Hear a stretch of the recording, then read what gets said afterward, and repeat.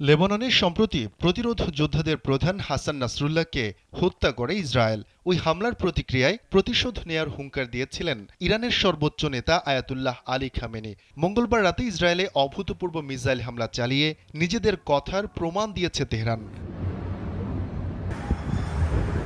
কিছু বুঝে ওঠার আগে চালানো ওই হামলায় নিজেদের সাফল্য দাবি করেছে ইরানের ইসলামী বিপ্লবী গার্ড বাহিনী। তারা বলছে ৯০% মিসাইল নির্দিষ্ট লক্ষ্যবস্তুতে আঘাত হেনেছে। বাহিনীটির বরাতে ইরানের রাষ্ট্রীয় সম্প্রচার মাধ্যম জানায়, ইসরায়েলে বিমান ঘাঁটি ও রাডার অবকাঠামো মিসাইল হামলার লক্ষ্যবস্তুতে ছিল।